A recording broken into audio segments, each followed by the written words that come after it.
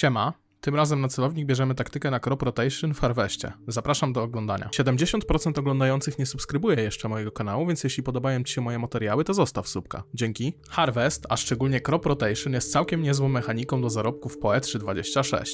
Strategia ta oferuje w miarę stały zarobek, który jeśli zliczamy z dużej ilości map, oscyluje w granicach jednego Divina profitu z każdej mapy.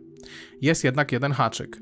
Crop rotation trzeba nauczyć się robić i zrozumieć tę mechanikę, aby zmaksymalizować nasze profity. To bardzo ważne, więc polecam oglądać uważnie. Wytłumaczę Wam to najlepiej jak potrafię. Standardowo zaczniemy od omówienia drzewka.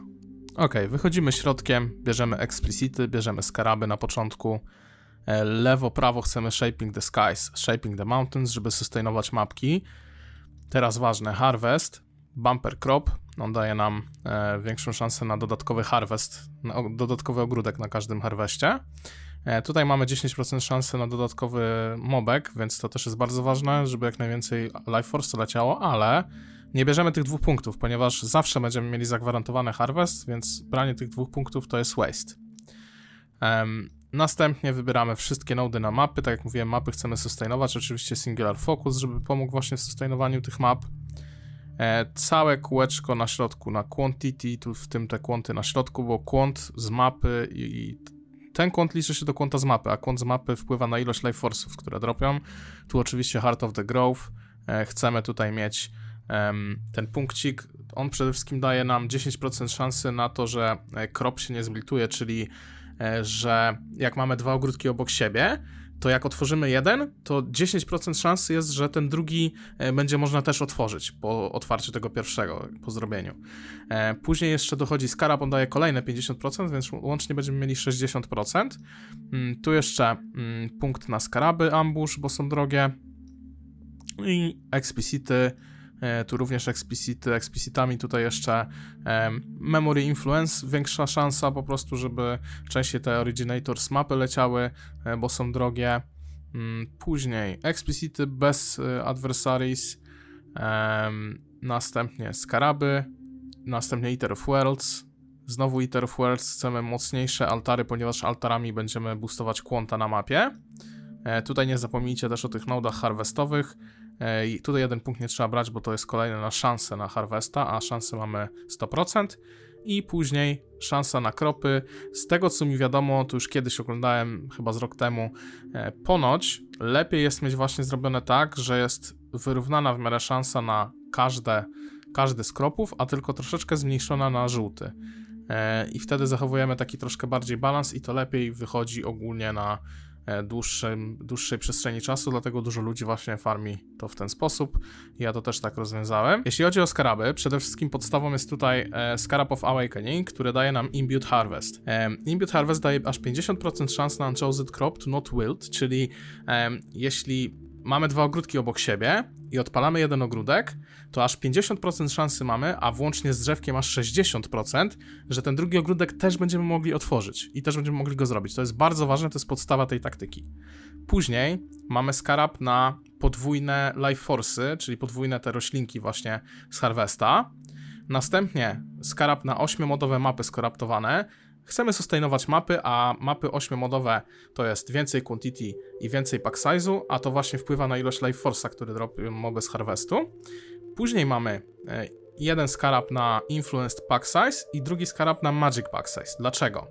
Ponieważ będziemy biegali tutaj Eater of Worlds, więc chcemy mieć te skaraby, ponieważ powiększają one ilość mobów, które wyskakują właśnie z tego influenza, a czym więcej tych mobów w paczkach zabijamy, tym większa szansa, że zrespią one altar. A każdy altar może trafić quanta, więc i zwiększyć nam ilość dropionych life force'ów. Mapka oczywiście 8-modowe dunesy, tak jak mówiłem, jak największy quant, jak największy pack size i oczywiście szukamy tak, żeby nie było modów, których nie jesteśmy w stanie robić. Po wejściu na mapę zabijamy bossa, chyba że robimy Jungle Valley, to nie musimy zabijać tam bossa. Robimy to po to, aby zwiększyć szansę na altary na quantity. Czyścimy całą mapę i klikamy wszystkie altary na quantity, a robimy to dlatego, ponieważ quantity i pack size to są jedne z niewielu rzeczy, które wpływają na ilość dropionych life force'ów właśnie z Harvesta. Jeśli waszemu buildowi jest za ciężko, to nie klikajcie zbyt przegiętych altarów. Możecie też na początek nie robić 8-modowych map, zmniejszy to zarobek, ale nadal będziecie robić profit. Po wejściu na Harvest zaczyna się motyw Crop Rotation. Crop Rotation działa w ten sposób, że wszystkie ogródki na początku są tier 1, ale gdy odpalamy ogródek danego koloru, to w ogródkach z innymi kolorami jest spora szansa na upgrade tierów roślinek. Chcemy więc z reguły zaczynać od koloru, którego jest najwięcej, a ostatni odpalać kolor, którego jest najmniej. Omówmy to sobie obrazkowo, aby było wam łatwiej to zrozumieć. Dobrze, jak zachowalibyśmy się w takim ogródku? Jak widzicie, mamy tutaj tylko jeden żółty plot, troszkę mniej fioletowych i całkiem sporo niebieskich. Na początku chcemy odpalić sobie pierwszy niebieski. Powiedzmy, że się udało, ten nie zniknął, więc odpalamy też ten i już mamy podwójnie nabuffowane te fioletowe i żółty. Później odpalamy kolejny niebieski, powiedzmy, że ten nie przetrwał, też się odpalił, więc, znaczy zniknął po prostu, więc znowu ten jeden niebieski nam buffuje fioletowe, żółty. Później mamy łączony z fioletowym, odpalamy sobie po raz kolejny. No i tutaj już musimy zdecydować, albo ryzykujemy, odpalamy niebieski i fioletowe jeszcze bardziej się buffują, ale podejmujemy to ryzyko, że ten zniknie, czyli mamy 40% szans, że ten zniknie i 60% szans, że nie zniknie.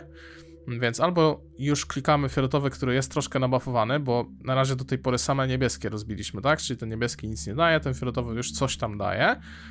No i teraz decydujemy, albo dalej lecimy w fioletowe, albo odpalamy ten, powiedzmy, że się udało, zgamblowaliśmy, ten przetrwał, więc odpalamy też ten. No i znowu za niebieski te się zbuffowały raz, a żółty się zbuffował i za niebieski, za fioletowy jeszcze bardziej. No i odpalamy powiedzmy kolejny, ten już fioletowy, dosyć nabuffowany, ten znika i zostaje nam żółty i niebieski. Mamy bardzo mocno nabuffowany żółty, niebieski ledwo co i teraz tak. Chcemy raczej odpalić ten żółty. Jak ktoś ma gamblerską duszę, może kliknąć niebieski i z tej 60% szansy, że on nie zniknie, sobie zrobić taką gambę, ale raczej tego nie robimy, raczej w tym momencie odpalamy żółty, a jeśli niebieski przetrwa, to jeszcze lekkiego buffa dostanie i coś z niego wyciągniemy. Także teraz odpalamy żółty, powiedzmy, że przetrwał, trochę niebieski się nabuffował, odpalamy niebieski, koniec mapy. Tych ustawień ogródków oczywiście może być dużo więcej jakichś innych i no już musicie wtedy sami zdecydować, co odpalacie, jak odpalacie i tego się nauczyć. Ja zapraszam was na mój ostatni live, gdzie właśnie farmiłem te mapy, możecie sobie zobaczyć, jakie decyzje podejmowałem, ja tam tłumaczyłem też dlaczego i może jak na przyszłych live'ach będę robił jeszcze Harvest, właśnie Crop Rotation, to też zapraszam. Nauczycie się na pewno, jeśli jeszcze nie potraficie tego robić. Ogólnie Crop Rotation jest trochę RNG, ale tylko delikatnym. W rzadkich przypadkach uda nam się zrobić mapę, z której wyciągniemy 4 do 5 divine'ów w roślinkach, a czasami zdarzy się taka, że będziemy na minus. Lecz zazwyczaj ta średnia powinna utrzymywać się w okolicy Divine'a na mapę. U mnie była leciutko niższa, ale testowaliśmy to na Steamie i mieliśmy trochę pecha, bo w trakcie 2 razy wywaliło serwery na mega dowalonej mapie, a ta po crashu mi zniknęła. Po podsumowaniu profit wyniósł niecałe 0,9 Divine'a czystego profitu z jednej mapy. Jeśli mamy mocny i twardy build, to na spokojnie z tej taktyki możemy kręcić 10 plus divine'ów na godzinę. Musimy tylko dobrze ogarnąć mechanikę Crop Rotation. Zapraszam również na mój kanał Twitch. Dziękuję za oglądanie, do usłyszenia, siema!